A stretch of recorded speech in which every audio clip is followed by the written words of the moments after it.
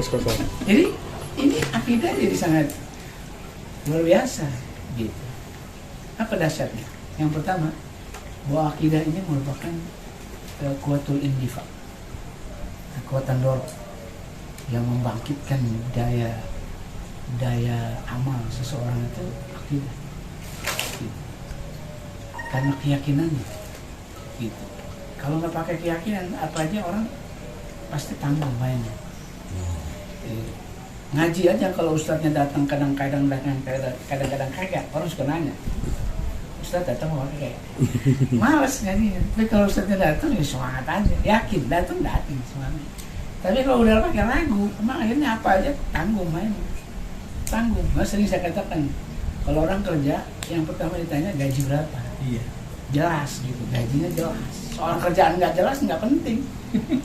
Yang penting gaji jelas, akan gajinya yang jelas. Gitu, Pak, ntar gajian tanggal berapa Pak? Ya ntar tinggal lihat nanti dah. Ya nggak jelas, gajian nggak jelas. Berapa Pak? Iya lihat nanti dah. Nggak bisa. Gaji berapa? Tanggal berapa gajian? Jelas. Kalau soal kerja nggak jelas, itu lain cerita, nggak penting. Kan yang penting gajinya jelas, bukan kerjaan jelas. Tujuannya jelas. Karena kita bukan cari kerjaan, cari gaji. Dari gaji ya. Kerja urusan bos ya Pak ya. Urusan bos. Urusan gua. Ya gue sih tinggal jalan aja, yang penting gaji jelas. Gaji jelas. Kerja ada. Semangat. Yang punya aja kompleks lagi gitu kan. Semangat. Kalau yang jelas.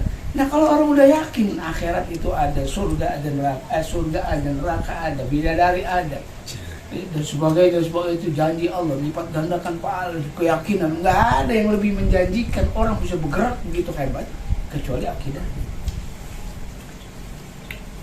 Fasilitas nggak bisa ini.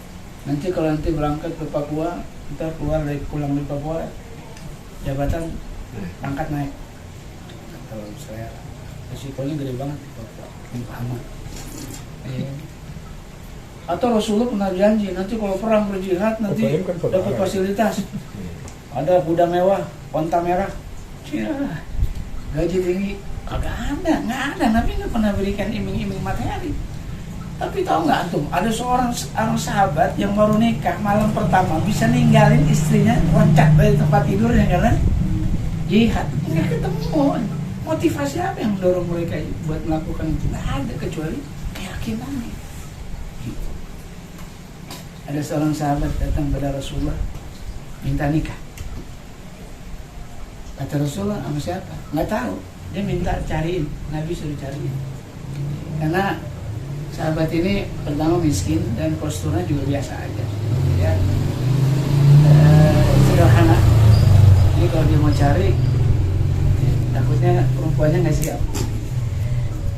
Dianya mau, tapi wanitanya belum tentu mau. Kan kita maunya begitu. Jadi hartanya ada, agamanya bagus, akhlaknya cakep, ya. Maunya sih sempurna, jamil juga, cantik juga. Kalau masalahnya kita mau, dia belum tentu mau mungkin. Nggak yakinan. Nggak yakin mau, dia nggak yakin mau. Nggak ada keyakinan, tanggung aja gitu.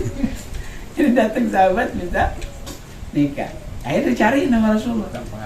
Cariin nama Rasulullah. Anak wanita yang agamanya cakep, akhlaknya cakep, kaya juga, nasabnya cakep. Udah sempurna, cantik juga. Udah cantik, kaya, agamanya bagus, akhlaknya bagus, nasabnya bagus. Lengkap udah. Padahal sahabatnya orang biasa. Mau. Ya, perintah Rasulullah udah senang. Dan begitu dia menikah nggak punya ongkos.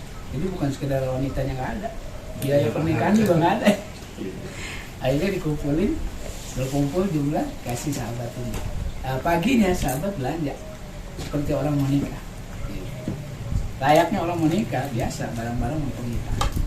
Tapi di sela-sela di tengah-tengah pasar ada utusan Rasulullah SAW yang memberikan pengumuman kalau pagi ini Rasulullah dan para sahabat akan berangkat berjihad. Gitu. Apa yang terjadi? Sahabat itu marahnya dia yang ngomongin itu. Udah ulangin. Pagi ini Rasulullah dan sahabat akan berangkat berjihad. Akhirnya dia balik lagi ke warung tempat belanja, dibalikin semua barang beliannya. tempat buat nikah itu dibalikin lagi, bukan diganti duit, bukan dibalikin, diganti barang. Barang yang dibeli adalah barang persiapan untuk pergi haji. Gitu. Bagi itu dia masuk barisan Rasulullah dan dia berangkat pergi haji sampai dia mati syahid. Nggak ketemu orang kayak begini. Kalau bukan karena Iman. keyakinannya, gitu. Daya dorongnya itu yang luar biasa. Gitu. Melahirkan prestasi-prestasi besar, nggak ada kata nggak bisa gitu, karena dia yakin dia bersama Allah Subhanahu Wa Taala dan gairahnya itu. Sering saya katakan orang kalau berangkat belajar bekerjanya pakai hati, pakai keyakinan itu, akhirnya kita akan melihat orang tuh nggak ada matinya. Tapi kalau kerjanya karena materi, maka kita akan lihat orang itu jadi lemah. Syekh Abdullah bin Bas itu sempat ditanya sama muridnya karena dia nggak pernah lihat ustadznya istirahat, nggak pernah kelihatan istirahat gitu. Jadi tamunya tuh sampai jam 12 malam tuh nggak pernah sepi katanya. Jadi tamu itu. Nanti jam 2, jam 3 itu Syekh bin Bas udah berdiri lagi di masjid salat malam sampai subuh, terus subuh kajian terus sampai malam lagi, sampai muridnya bilang, Syekh, aneh nggak pernah lihat ente istirahat gitu. Padahal istirahat tapi nggak pernah kelihatan istirahat karena kesibukan luar biasa. Kata Syekh bin Bas, ya akhi, kalau yang kerja itu hati, kagak ada matinya. Kagak ada matinya katanya. Kenapa? Kok daya dorongnya itu berangkat dari keyakinan, nggak ada matinya. Gitu.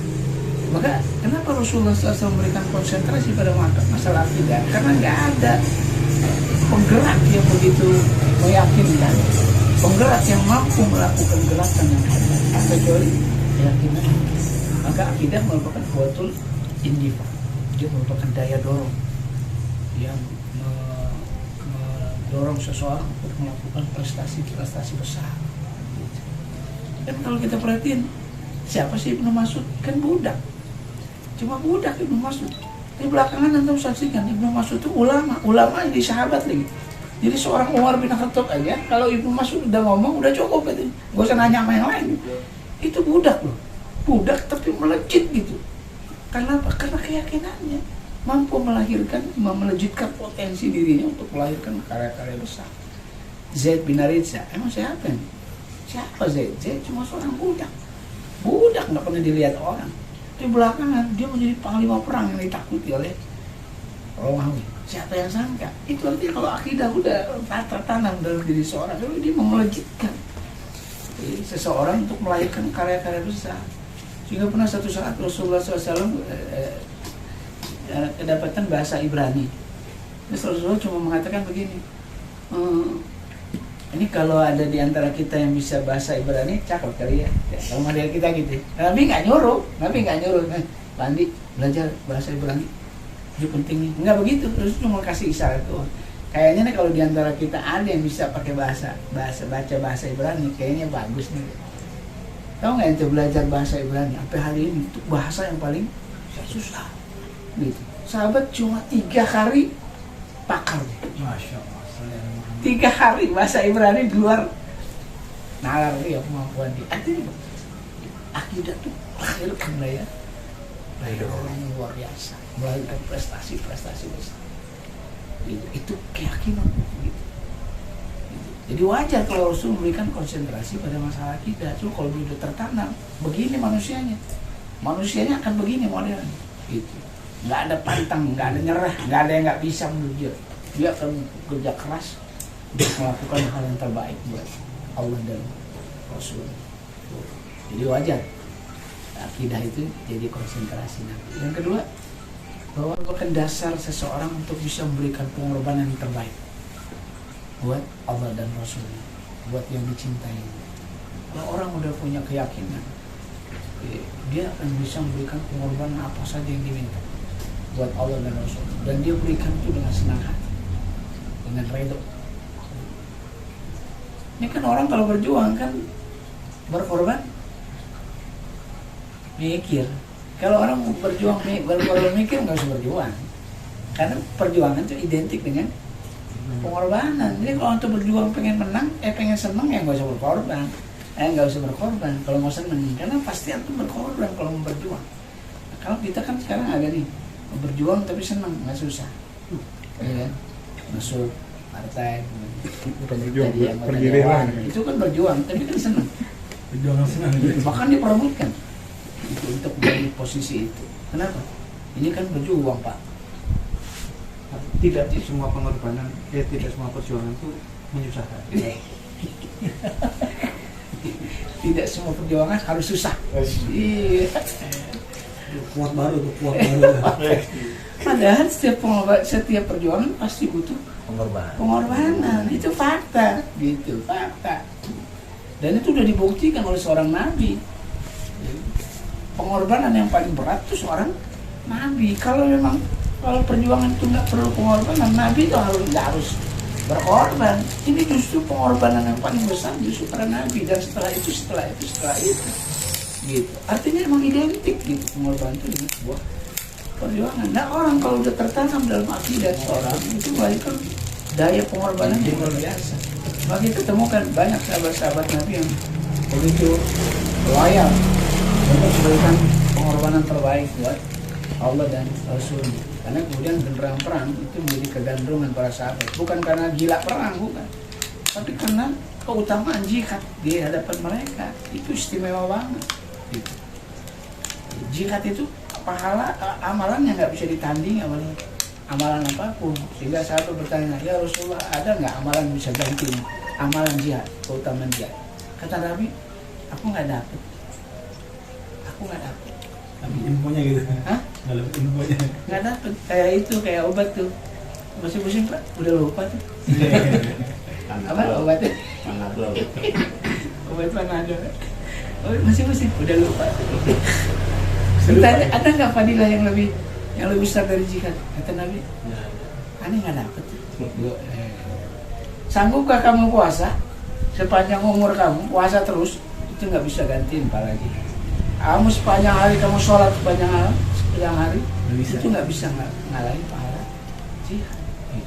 Jadi wajar kalau sahabat gantung dengan jihad, bukan haus darah, bukan, tapi karena keutamaan jihad itu mereka gandrung. Kenapa?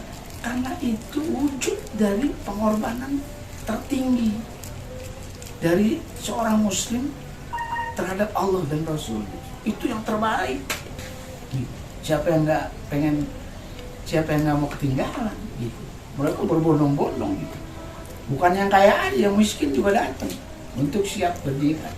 Maka kita temukan kan ada orang miskin yang datang ke Rasulullah minta onta, karena jarak jihadnya jauh, biar onta itu bisa nganterin dia ke medan jihad. Cuma Nabi sering mengatakan nggak ada tuh, nggak punya onta, sampai dia pulang menangis karena nggak bisa memberikan yang terbaik buat Allah dan Rasulnya. Sebagian orang miskin malah berjalan kaki menuju medan perjuangan karena saking inginnya memberikan yang terbaik. Bukan anak muda aja, orang-orang tua 70 tahun itu juga siap berjihad. Itu ingat ya, siapa sahabat Nabi, siapa yang meninggal di Konstantin, Bashar apa ya? Abu Musa al-Asy'ari.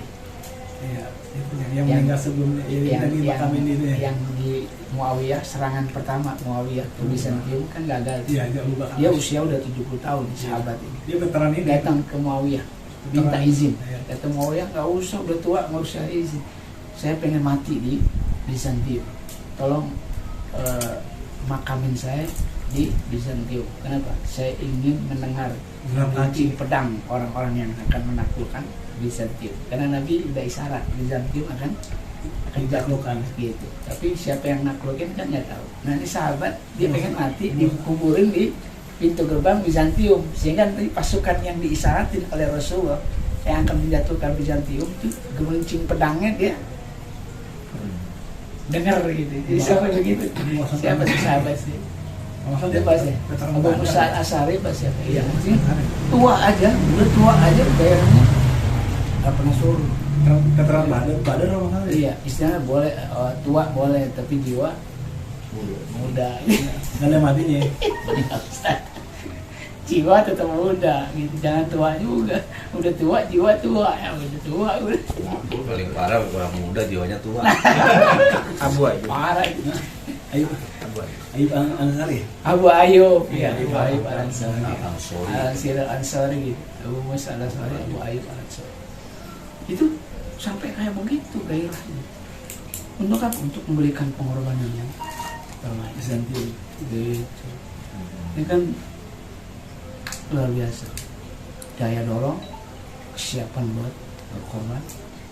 Ketiga, dia menjadi daya kontrol. Akidah itu jadi daya kontrol. Dia jadi bisa ngerem, ini boleh apa kagak, ini boleh apa enggak. Dia jadi daya kontrol. Gitu. Kalau yang nggak boleh dikerjain juga, itu urusannya bukan masalah apa-apa, itu urusannya akidah. Urusannya akidah. Ini udah terang nggak boleh, tapi dilanggar juga. Itu masalahnya bukan masalah akhlak, itu urusannya akidah. Karena salah satu fungsi akidah, dia menjadi daya kontrol. Dia bisa mengukur, ini boleh apa enggak, ini boleh apa enggak. Gitu. Itu akidah yang main. Gitu. Dan ini penting buat seorang pejuang. Karena tantangan di perjuangan itu kan bukan susah doang, senang juga. Mewarnai. Kalau kita nggak sabar-sabar, itu ditabrak terus. Maksudnya Anda katakan, Rasulullah SAW mengisyaratkan ada yang disebut dengan subhat. Padahal subhat ini senjata setan. Senjata setan itu dua, syahwat sama subhat. Cuma Nabi yang mengatakan ada yang subhat. Al-haq bainun, al-halal bainun wa haramun bainun wa bainal mustabihat. Di antara itu ada yang mustabihat. Subhat itu lebih dekat pada yang haram. Cuma kita suka mengatakan, ini nggak haram, Ustaz. Ini kan subhat doang. Jadi seolah-olah safety gitu. Ini subhat kok, bukan haram. Yang harusnya kita lihat subhat itu dekat sama yang haram. Jadi jangan dideketin. Kalau kita malah, ini nggak haram, ini cuma subhat. Subhat itu dunia remeng-remeng. Antum masukin, antum ketemu remeng-remeng lagi di situ. Dunia remeng-remeng. Dunianya dunia remang-remang, antum masukin, antum akan ketemu remang-remang, antum tabrak lagi, remang-remang, antum tabrak lagi, jatuh antum ke haram. Gitu. Jadi banyak kan hari ini area-area subhat yang luar biasa. Kalau antum masukin, itu masuk di daerah yang berbahaya.